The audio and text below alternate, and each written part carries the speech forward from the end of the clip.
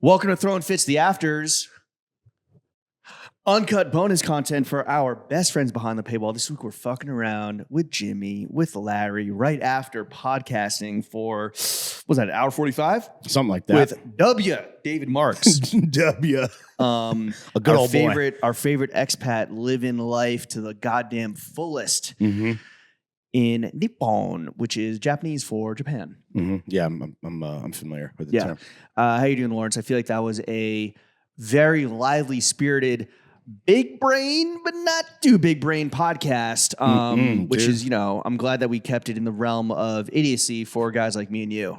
Yeah, that pod is where status meets culture. I know. I haven't talked about cultural Marxism since my fucking Vassar days. Yeah, no, that was some liberal arts head ass shit. But also, like, in all seriousness, like, David can hang, but is so smart and knowledgeable that it's like, I mean, I don't know if that's a pod that the type of pod I'm built to do every week. Like, I need some fucking clown college bullshit every so often, but I think this lived up to the hype of everyone who has wanted David on the show probably since we started. Well, that's the beauty of Throwing Fits, right? We can be talking gay FaceTime sex with Omar Paula one week, which we are experts on. Yeah. And then we could be talking the machinations of cultural Marxism, and that doesn't mean communism. That means that the forces of economics are what shit out culture.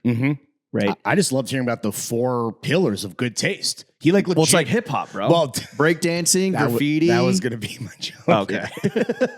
And it was funny because I was doing that thing, and I hate that I do this, and Jenna criticizes me for this, justifiably so, and maybe you do too. But when someone is going and they're cooking and it's great, but I like think of like a stupid pun, I'm just like, when can I say the 4 pillars of hip hop that no one is gonna laugh at? But yeah. I'm with you. Don't think it, though. You say it. What are the 4 pillars? Graffiti, breakdancing? There's 5. What are the 5 pillars of hip hop? MCing, b-boying, graffiti. We're looking up. Beats or DJing. Okay.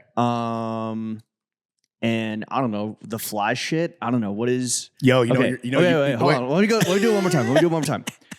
MCing. Yes. Like, tell me if I'm getting them. MCing. Yes. DJing. Yes. B-boying, breakdancing. Yes. Graffiti. Yes. You're missing the most important one. What is the 5th pillar of hip hop? Let me know and I can just tell you. Wait, because this is not great podcasting right now. Give me 30 seconds. Wait, it's the most important one. Give me a hint. No, because then it'll rapping. No, that's MCing. No. All right, so there's oral. We got pause. There's oral. What? Oral. Yeah. What? No. Physical. You got. What are you talking about? You're talking about these are the rings that bring forth Captain Planet. Okay. There's 5 pillars of hip hop: oral, MCing, oral, DJing, physical, breakdancing, visual, graffiti, mental, knowledge, brother. Wow. Damn, bro. Yo, mind sex. Yo, girl, I want to play chess with your pussy. I want to fuck your mind. See, this is the kind of shit that I need after cultural Marxism. Yeah. Mind sex. Remember Dead Prez Mind Sex? Is that the outro music? Chuck, make that the outro music. Please. You know what I'm talking about? No, I know. I'm just saying, like, if it's Dead Prez, it's got to be. You ever have a Dead Prez phase? Well, because of Chappelle. Besides hip hop, live. No. Oh, and what's the other like a banger? Not Mind Sex. Well, there's Wolves, which is just a fire soliloquy by a man talking about how, when we fall prey to the oppressors' entrapments, right? Like hunters in Alaska, right? Yeah. Inuit people, they would stick a sword in the ice, and a wolf would come up and it would start licking, and they put salt on the sword, right? Yeah. And the wolf would start licking the sword, and it cuts its tongue. And it tastes its blood, and it's like, ooh, this is delicious. And it keeps licking the sword and bleeding until it dies. Damn. And this is how we are with the oppressors, the carrot. It's almost like you're saying this shit is bigger than hip hop. One thing about music, when it hits, I feel no pain. White folks says it control your brain. I know better that's lame, man. We read for that. 2 soldiers head of the pack. We are 2 soldiers head in the pack. I might run up in your city hall and shoot your mayor or whatever. That's what they say? Stickman and M1, right? That's Dead Prez. Stickman? Stickman. Is he the OG Stickman? Stickman and M1. They're fire. Let's see here. Are those their actual names? Yeah. M1. M5? Stick.man. So STIC.man, correct. Stickman. And then you said, what was the other one? M1? M1. Yeah. M-1. Come on, bro. Kind of like a jacket you could probably buy in Japan. Come on, bro. You think I wasn't fucking listening to Dead Prez and Lyrics Born? And they had that shit blasting over the speakers at Yellow Rat Bastard, yeah? Yeah, dude. And I'm wearing Israeli jeans. That's why I'm mostly heard and rarely seen. King Solomon had this up on his shit the other day. Israeli jeans? Yeah. I'm rocking Israeli jeans. That's why I'm mostly Ill Bill. Yeah, Jewish cowboy pants. Ill Bill, Necro. Yeah. Immortal Technique. Immortal Technique. Yo. Bush knocked down the towers. Hey, yo, and then I rape my mother, and old heads are like, yo, that's fucking fire. You ever dance with the devil? That's one where he rapes his mother. Yeah, I know. That's the big review. Spoiler alert. Yeah, plot twist. Spoiler alert. In minute 9. Damn, it takes us literally 1 second to get just dumb as hell. All right, the rugged man. Yeah, he was white. Some still ride the bus. Was that him? That I song? don't know. I think that's E40. No. I had a homie in college, Griff, who he just put me on so much. Loser? Nope. Winner? Yep. Starving? Nope. But Dinner? Yep. But E40 is not conscious I know, but hip hop. sorry, Choices came on recently, and I was like, I forgot how fucking fire that song Everybody got choices, especially when it comes to putting an outfit together. James, let's start off with a fit check. Well, you know, I kept it loyal to the soil with my Mizuno Japanese brand. Loyal to the soil. Nice, dude. My Mizuno Sport Style Wave Rider 10s with the peach nicely complementing the... I'm going to skip around. Compliment the Stussy Our Legacy Workshop Yin Yang Tee. I'm going to concert after this, so I want to keep it comfortable. Want to keep it functional. I didn't want to look too zesty, if you will, because it's going to be a lot of old men there. I was going to say, did the act inform the headpiece, the real tree? No, I just, no, because I was like, if I'm going to go see Neil Young, he's a pacifist, he's anti-war. It's honestly wearing camo is probably a bit of a spit in his Canadian face. Anyway, the jeans are real quick monologue because I need to. They're called cowboy pants, as we have established now, and you are looking up the brand of jeans that you're wearing. I think they are Bedouin and the Heartbreakers. Ooh, a little Harajuku cowboy over here. Or are they? Nope, they're maybe Edwin. Oh, I don't know. Look at my ass. What does this say? Wait, what does it say over here? My man's ass said it's in Japanese. Fuck. What does it look? Take a picture. Send it to me. Okay, hold on 1 second. This is great podcasting, dude. Take a picture of my ass. I am. I'm just getting my phone. This is your ass. Edwin. They're okay. Edwin USA. They're not Bedouin and the Heartbreakers. They're Edwin jeans. Edwin and the Heartbreakers. That was David Marks' garage band. I know. Love this blue. And the hat is Metalwood Studios X Throwing Fits. I have a Bare Knuckles hoodie in my backpack for in when case it gets a little chilly. Outdoor. It is outdoor. Nice. Bottega Veneta. The sunglasses are Sun Buddies X Our Legacy Workshop. And the panties are Hanes boxers. David Marks, another fucking boxer, bro. And I really love that he wears shirt boxers like Oxford cloth. To me, I actually want those to chill around the crib and sleep in. My brother has Brooks Brothers boxers, but I think the classic ones are big old man hanging fucking sack ones. Yeah. Brooks Brothers, I had them for a little bit, but they're really small. They're really high and tight. Interesting. Yeah. Ian Harris. Wasn't James Harris's Brooks brother. Nice. Okay. What are you wearing? I'm sipping also on Lower East Side's finest, which apparently makes you stupid. There's worms in this water. Yeah, for real, dude. Shout out RFK, dude. I know how you feel, bro. We got holes in our head. I also kept it loyal to the soil with a pair of Asics Kiko Novalis. Finally, I'm glad you're on the Novalis train. Dude, this colorway is fucking. You got the what is it, purple and red or whatever? Yeah, they're I got the death pack. Yeah. The death colorway. It is the angel and devil pack, and I got the angelic joints on my feet. I am wearing Hicks slouch socks. This is an insane fit, by the way. I know. Well, I dressed up for David. I didn't comment on it, but I wanted to look. No, I do want to know what was your normally I don't give a fuck, but like, what was your thought process? So I making this fit? So I bought these traditional French gardening shorts from a brand that is pronounced. Oh my god.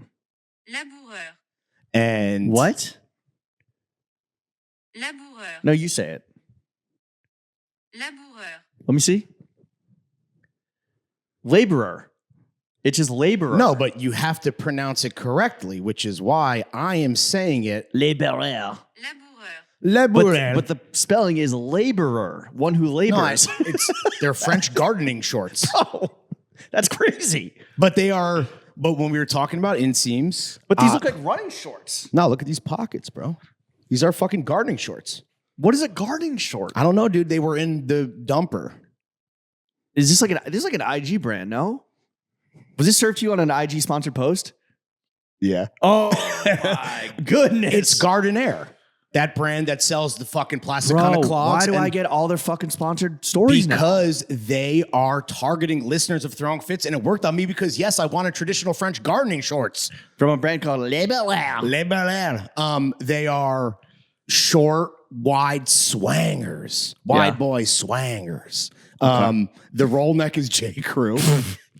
Are you wearing a t-shirt underneath there? No.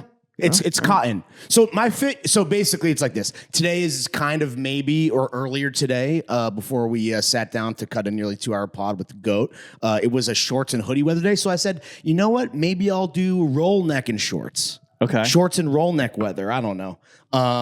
The hat is Austria. My sunglasses were crap eyewear. Rolly on the wrist, wedding ring on the fingy, wifey on the pinky, chrome on the other hand. And I have my own worm-filled hydro flask of green, Lower East Side's finest. Nice. Brain food. Absolutely. Wow, what a podcast with W. David Marks, in which I'm glad that we figured out that the W stands for William. Billy boy. And that there is a Big booze. Yeah, there is like a backstory to that a little bit. Well, sorry, I'm just trying to find my old SoundCloud link. Sorry, I just want to hit up. I want to make sure that I include conscious hip hop in the description. Some more label. This was crazy to me, and I wanted to bring this up, but there wasn't an opportunity for me to inject this into the conversation. The fact that his books, the full title is "Status and Culture: How Our Desire for Social Rank Creates Taste, Identity, Art, Fashion, and Constant Change." Like, bro, the editor needed to cut that down. I know. Dog. That is first of all a fantastic read. Like he said, not as easy and breezy as like his Amatora book, which obviously I hope most of the audience, if not all of them, are familiar with already, and you should read it. But he was saying that book might be as cumbersome a read as that title. Yeah. Big brain shit. It's academic for sure. Reading that title is more words than I've probably read this year. I know. But look, talking to him about, I mean, honestly, I really think that the only place I could possibly see myself living besides New York is Tokyo. And just hearing him talk about it and him like not even like fully gloating or delving fully into his life there, just catching vapors of like what it's like to live in arguably the greatest city in the world had me like. Well, did the post-Japan blues start creeping up? We've had some friends that have been talking about coming back from Japan and feeling like deflated because nowhere is as good, even New York, which is amazing. I think it's important to leave New York, whether it's for a weekend, whether it's for a week, whether it's for like a month, so that you come back and you like are reinvigorated by like the energy, by the people, by the food, by the culture, by everything. But leaving Japan, it's almost like, damn, there's a better world out there. Yeah. And I could be a part of it, but I'm instead choosing to like live out my days in not the greatest place, or possibility. When you could be living out perfect days, a la the Wim Wenders film, which I really think you should watch. I think you really. I would love to, but it's not on streaming, and I'm a little offended that it wasn't on your best movies of 2023. You fucking racist. It's one of those movies that like I think kind of like when the Cord was like, you guys didn't talk about Megalopolis, and it's like, okay, well, like not a summer flick. That's screened at Cannes. I don't know when it's being released. Perfect Days, like maybe screened in 2023, but is a 2024 wide release. So like what Fiddy's list does that go on? So it's not like shouldn't be offended. I think you would love it. And it is a perfect representation of this retrofuturism of Japan that we spent quite a lot of time talking about. Yeah, I mean, this is like something that I think had noticed a few times that I've been there recently, but I mean, the last time I was there before 2023, 24, because I was there over New Year's, was like 2020 for my grandmother's funeral, and then COVID happened.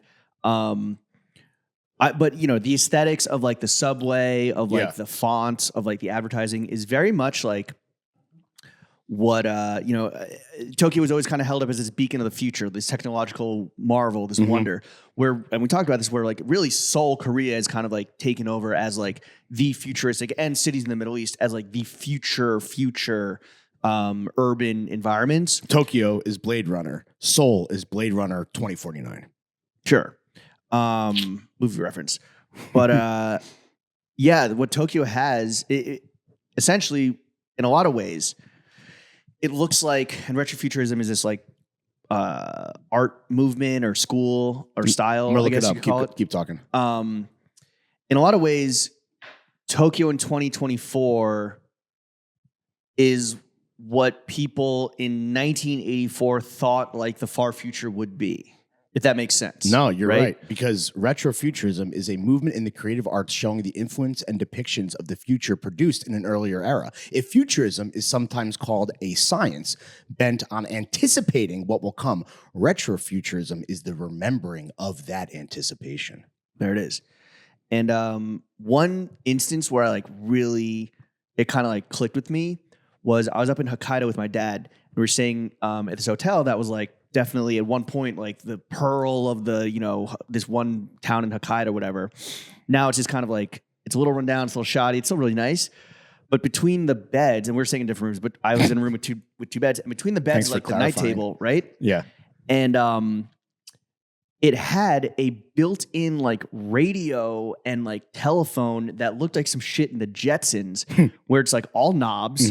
It's all like, it's analog, and it's carved into the fucking like room. So it's not like you can just like rip it out or change it or swap it or give it a software upgrade.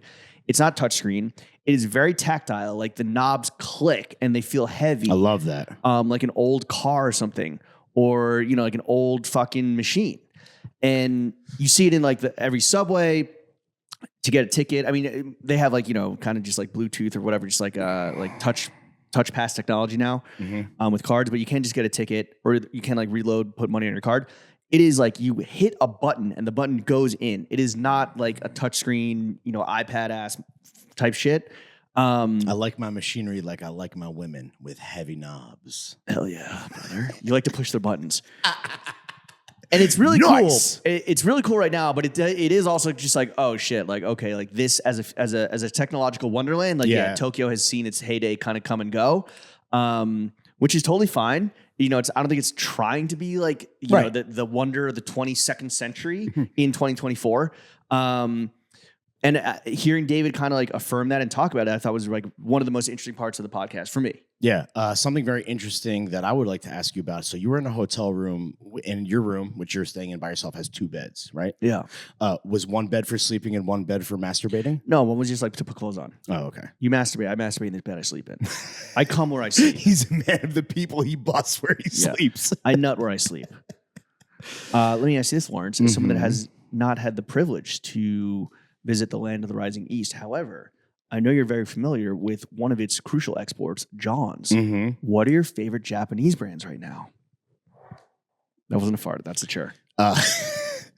David shouted it out. People, what do we say that guys always ask us about? They go, where do I buy pants? They also say, where do I buy shirts? Of course you can buy shirts from us, but they sell out.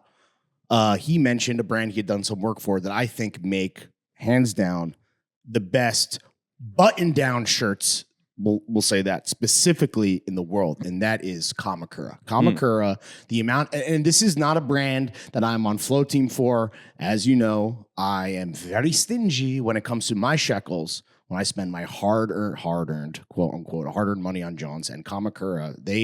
Their vintage Ivy collection, they are just perfect OCBDs and broadcloth shirts, and I wear them with suits, and I wear them with shorts, and I wear them tucked in and untucked, and Kamakura is my number one Japanese brand, just based solely on the amount of money that I have spent and then probably put in their pocket by recommending it to every guy who goes, oh, where is shirt? Shirt, please. What about you? What's your favorite Japanese brand? I want to shout out Capital just because I feel like that kind of was the first one to open my brain to like, oh, a clothing brand can have like fun while being like putting out like serious quality, but it can still like be fun and kind of like have this like trippy psychedelic. Free your mind. Yeah, and like take inspiration clearly from like surf, travel, the Roma people, if you will.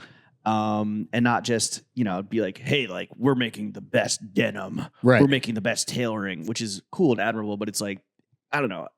Do I wear like a lot of Capital now? No, not necessarily. But also just experiencing the retail experiences was like kind of blew my dick off a little bit. And also just the world building around it. Right. For sure. The world building, like you talked about the lookbook scans and that stuff in that fucking clip that did very well. One guy. Wait, but I don't, but my current favorite brand, and I know Gian is also a huge fan because they're geeking out over it, is this brand called Graph Paper. Yeah. Which I wear. I bought two things when I was there, a polo that, it's a knit polo. It's like this like pique, cotton, but, it's one size. And when I hold my arms out, I look like a flying squirrel, right? Nice. But when it's down, when I'm just like living life, it looks fun. I think it looks great. Who's that guy that you showed us his IG live on pod?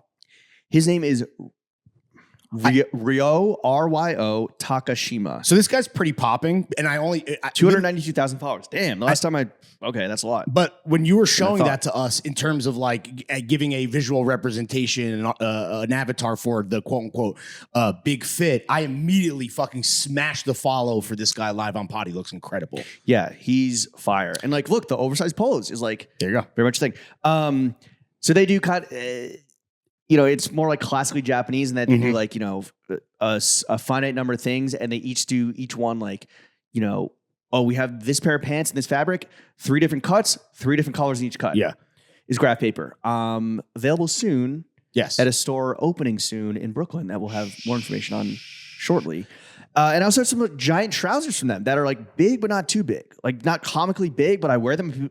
It's really one of those like, yo, what are the pants? What are the pants? Are those parachute pants too that you have? No, that's Korean brand actually. Oh, okay. Well, Anglan, Anglan. That's the cultural exchange that happens every week on Throne Fits is apparently what is happening between Seoul and Tokyo, or I guess Korea and Japan. Which is diplomacy. Yeah, which is really cool to see these two peoples that traditionally hated and oppressed each other to bury the kind of hatchet. Yeah. One thing, if you wouldn't mind, the annoying fucking sniveling archive kid in me who was one of the architects of a little website called grail.com. I would love to shout out 2 designers and their brands that didn't get mentioned when we were doing and I gotta stop with the Mount Rushmore because I feel like I derailed him by trying to limiting it. But no one mentioned Jun Takahashi in Undercover. Fucking goated. And then dude, and right now I feel like Undercover's at a fucking low point. Right? It's under the radar. It's underwater. Underrated. I have some Undercover graphic tees that I've been sitting on Grilled for many Nobody wants them. Many months now. They're for like $70 at this point. Well, I keep lowering the price. If they had chrome details and said fuck on them, maybe people would want them. And then another guy, Takahiro Miyashita, who did number 9 and is now doing the Soloist. That's another guy that like is of that era. That is, I think Hiroshi Fujiwara and Nigo adjacent. Obviously, these guys are like doing more like kind of not like conceptual because was all wearable stuff, but they're probably more like. Probably in the vein of like Yoji versus like streetwear, but the way that these Japanese brands in that era were able to kind of like take streetwear, take traditional menswear, take influences from all across the globe, smash it together and just create clothing that like today still is extremely relevant, even if you and I would never be caught dead in any of this shit. They are important and they should be mentioned behind the paywall. I know. I mean, look, it's infinite, right? I'm scrolling through the 50 best Japanese brands of all time. That your list list. is called that I had to write. Give me a number. Just give me a number between 1 and 50. No, I want to just can we just go through the top 5? Do the top 10. Just work your way backwards. Well, the top 10 is like not as interesting. I feel like is like kind of the middle ones. So who's 50? Like, Who brings up the rear? bringing up the rear like toilet paper is Bounty Hunter. Oh, who got mentioned on the show? Yeah, but I think I was wrong. And I mean, they're another sick brand from Japan. It started as a Harajuku toy company. What? Before expanding into tees, hoodies, and other necessary basics. They started with the streetwear toys before they made streetwear? Yeah. Damn, okay. All right, who's 37? Okay, number 37. Oh, Capital 45. Wow. Damn. Number 37 is Julie 7 at 39. Haversack. Oh my God, dude. Shout out remember Haversack. Haversack? Yeah, of course, bro. When I was transitioning from No Diddy. hashtag menswear loser to like a cooler guy who knows stuff about like streetwear. Haversack kind of was like in the middle of like as a transitionary like brand that I wanted. I don't think I ever really was able to afford it, as I wasn't able to afford anything at that time in my life. But yeah, Designer Koji Norihide. Launched it in 1997. I didn't realize it was that old. Damn, dude. I love how give me one more number, then we'll stop playing this stupid game. 24 Kobe. 24 is N. Hollywood. Oh, dude. Yeah. Is that around anymore? Yeah. They're still around. They had a pretty sick, I think, New Balance collab. One of the only good brands that would show at New York Fashion Week. That would sit us front row. Yeah. But I mean, I famously, in all the photos of the N. Hollywood spring whatever show, spring summer 20 whatever show, seated next to John Moy while he's off a fucking perk 30 and has a cane. Yeah. I think Nick Grant is in some of those photos too. No, it's me, John Moy, and Grungy Gentleman. Oh, Jace Lipstein. Yeah.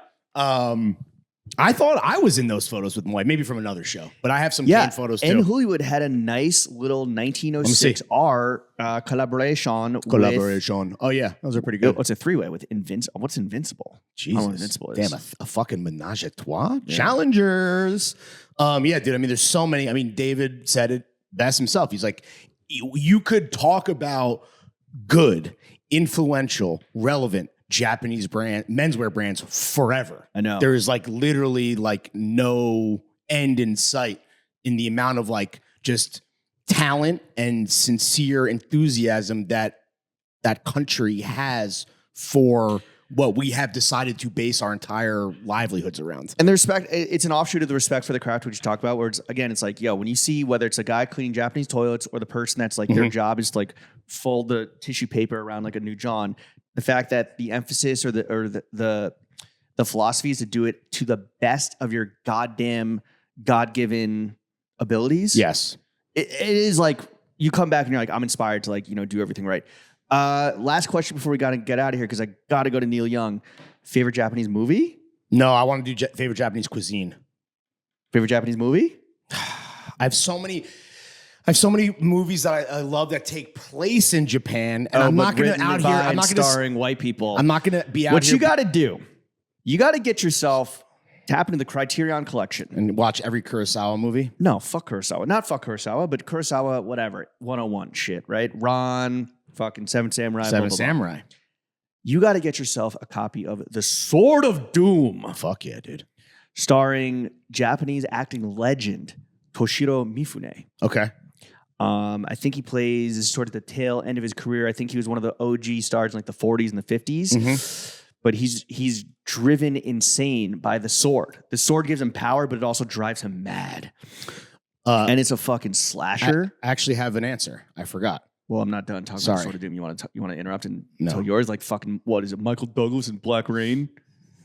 You can't say that as if like you just pulled out that sick reference. I literally told you that ahead of time. No, it's Ridley Scott.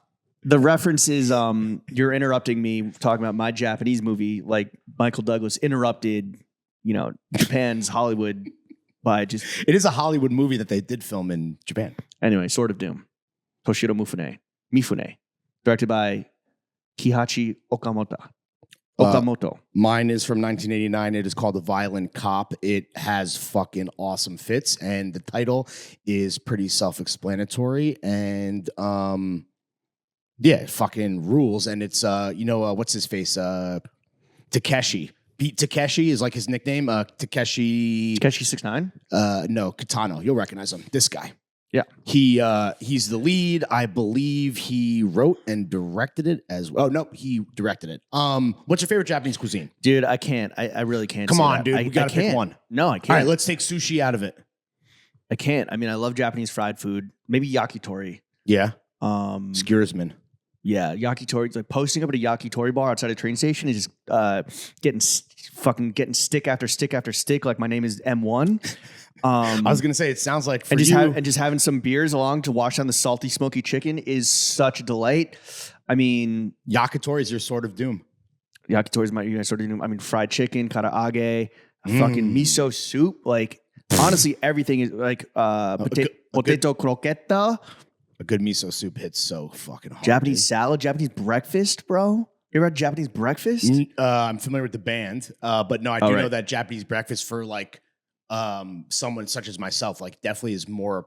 Ooh, well, it's not covered in sugar, so you might not like it. No, I was gonna say it's not miniature cookies in milk. All right, Japanese breakfast head to head with a Denny's Grand Slam. What do you take? Japanese breakfast. Okay. Curry pon, where they have I'm not a big sweets guy, but Japanese pastries, probably second in the world to like French, and they stuff it with like Japanese style curry. Oh my god! Speaking of the grill days, when I was at my fattest, once a week, which is way too much, I would treat myself to go curry, which is tonkatsu curry, and we didn't ask about curry up, which is like Nigo's. Right. Well, I don't even know if that's still around. But for me, it's 1000% Japanese curry. I want a fucking fried pork cutlet, and I want the fucking accoutrement. I want the rice, and I just want to eat that bowl of delicious fucking slop. Do you have a favorite Japanese rapper? Keith Ape. He's Korean. The Teriyaki Boys. Yeah. I mean, I just don't DJ know. by Nigo. You don't fuck with JP DeWavy? Bro, I don't know about Japanese rap. There's actually... I'm too conscious, dude. There's actually a Japanese rap song that's kind of like, well, one, it bangs, and it's going viral now, called Chimu Tomodachi, which is team friend. Nice, dude. Chimu Tomodachi, Chimu Tomodachi, Chimu Tomodachi. And we can end there because I gotta go. What was your musical Amatora drip reference in the intro? I missed half of that. Oh, come on, bro. Teriyaki Boys. I wonder if you know how they do in Tokyo. If you need it, then you seen it, then you know we got to go. Fast and Furious. Drift. Fast and Furious. Drift.